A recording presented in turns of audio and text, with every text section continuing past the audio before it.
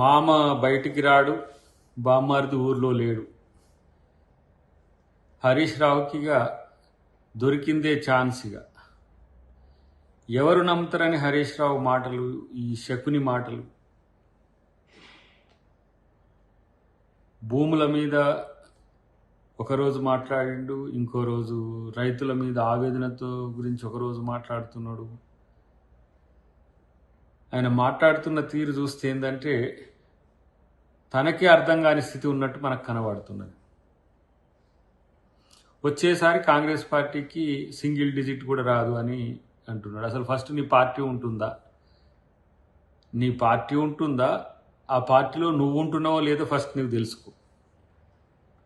BRS పని కథమని గత ఎన్నికలే చెప్పిన చరిత్ర. ఇంకా ఏదో పునుకులాడుతూ ఉన్నారు, ఏమైనా దొరుకుతాయేమో, ఇంకా ఏమైనా అవకాశం ఉంటుందేమని. ప్రజలు ఈరోజు మిమ్మల్ని తిప్పికొట్టినాక కూడా ఇంకా బుద్ధి రాకపోయాయి. ఈరోజు కేవలము అస్తిత్వం కొరకు పాకులాడే ప్రయత్నంలో భాగంగా మీరు చేస్తున్న పనులు చూస్తే నవ్వొస్తుంది. ఒకవైపు ఏమో 100 రోజుల్లో పూర్తి చేస్తా అన్న గ్యారంటీ అమలు ఇంకా 900 రోజులు చేస్తా అన్నా కూడా ఇంకా చేస్తలేరు. ఎందుకని ఒక టెన్యూర్కి ఇచ్చిన గ్యారంటీలా, లేకపోతే 100 రోజులకి ఇచ్చినాయి? 100 రోజులకి ఇచ్చి మొదలైనవి మీ కండక్ట్ కనరావాయి. ఇలా ధృతరాష్ట్రానికి చిన్న తమ్ముళ్ళ లెక్క కనపడుతుంది బీఆర్ఎస్ పార్టీ నాయకుల యొక్క ఆలోచన. ఇచ్చినవి కనబడవు, ఇవని గురించి మాట్లాడుతున్నారు. మాట్లాడండి, అవి చేస్తాం డెఫినెట్గా. కానీ ఇలా రేవంత్ రెడ్డి గారిని రావణాసురుని లెక్క, లేకపోతే వీరన్ లెక్క చిత్రీకరించే ప్రయత్నం చేస్తే కుంభకర్ణుల్లా వండుకున్న మీ మామ పరిస్థితి ఏంది? పనిచేయని ఎమ్మెల్యేల మీద ప్రజలు ప్రశ్నిస్తుంటే గజ్వేల్ బంద్కు మీరు పిలుపునిస్తుంటారు. అసలు మీకు తలాతోక ఏమన్నా అర్థమవుతుందా? ఎన్నికైన ఎమ్మెల్యే అనేటోడు వచ్చి ప్రజాక్షేత్రంలో ఉంటాడు. అటు ప్రతిపక్ష నాయకుడిగా రాకపోయా, ఇటు ఎమ్మెల్యేగా రాకపోయా. ఇవాళ ప్రజలు ఏం చేయాలి? క్యాంప్ ఆఫీసులలో కేసీఆర్ బొమ్మ పెట్టిన రోజులు లేవా? ఇలా ప్రతి ఎమ్మెల్యే ఆఫీసులో ముఖ్యమంత్రి బొమ్మ ఉండడం అనేది ఆనవాయితీ.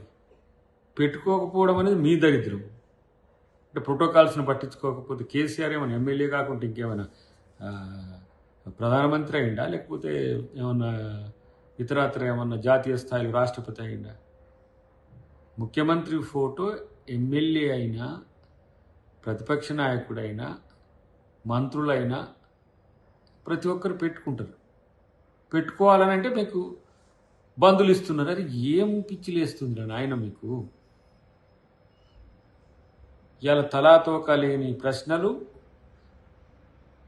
అసహనం, అక్కసు ఇవన్నీ కలిపి వస్తున్న పరిస్థితి. కాబట్టి భూములు తీసుకుంటే రైతుల సాగు భూములు తీసుకోకండి, ప్రభుత్వ భూములు తీసుకోండి, లేకపోతే ఇతరత్ర సాగు వీలు కానీ తీసుకున్నట్టు. సాగు వీలు కానీ తీసుకున్నా ఊరుస్తలేరు. సాగు అయ్యే దగ్గర అవసరం ఉన్నా కూడా అక్కడ తీసుకుందామన్న, కంపెన్సేషన్ ఇద్దామన్నా కూడా మీకే ఫస్ట్ మీ పర్మిషన్ తీసుకొని భూములు తీసుకోవాల్సిన పరిస్థితి వస్తున్నది. ఈరోజు మూసీ వైపు భూములు తీసుకుంటామనంటే మూసీ కాడ ఉన్న వైపు ముందు రోజు పోయి ప్రజల్ని ఏదో ఒకటి అబద్ధాలు చాడీలు చెప్పి చేస్తుంటారు. ఇటు హైదరాబాద్ చుట్టుపక్కల ఉంటే ఎక్కడ ల్యాండ్ ఎక్విజిషన్ ఉంటే అక్కడికి పోవడం, రెచ్చగొట్టడం, దాడులకే ప్రేరేపిస్తుంది. ఇలాంటి ప్రతిపక్షం తెలంగాణకు ఉండడం అనేది ఒక రకమైన దురదృష్టమే.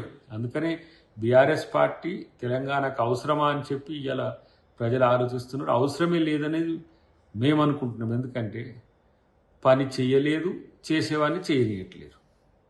ఎంతసేపటికి అధికార దాహం తప్పితే ఇంకొకటి ఉందా? ఈ అధికార దాహంలో కూడా 3 ముక్కలాట మళ్ళీ పంచాయతీ.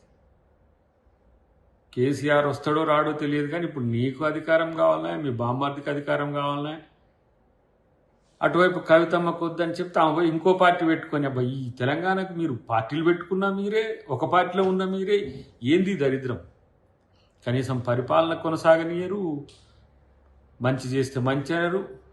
నిరంతరం చెడును ప్రచారం చేసి మీరు తెలంగాణకు అవసరం లేదని నా యొక్క భావన. కాబట్టి హరీష్ రావు ఎంతసేపు పాకులాడినా నీకు పవర్ వచ్చేది లేదనే విషయం తెలుసుకుంటే మంచిది. డెఫినెట్గా రేవంత్ రెడ్డి గారి రాజ్యం రామరాజ్యమే. పేదోడు సంతోషంగా ఉన్నాడు. మీలాగా అక్రమ అరెస్టులు చేసి జైళ్ళలో పెట్టిన చరిత్ర కాదు. మీ గడీలను బద్దలు కొట్టే కదా ఇలా రేవంత్ రెడ్డి గారు అధికారంలోకి వచ్చింది.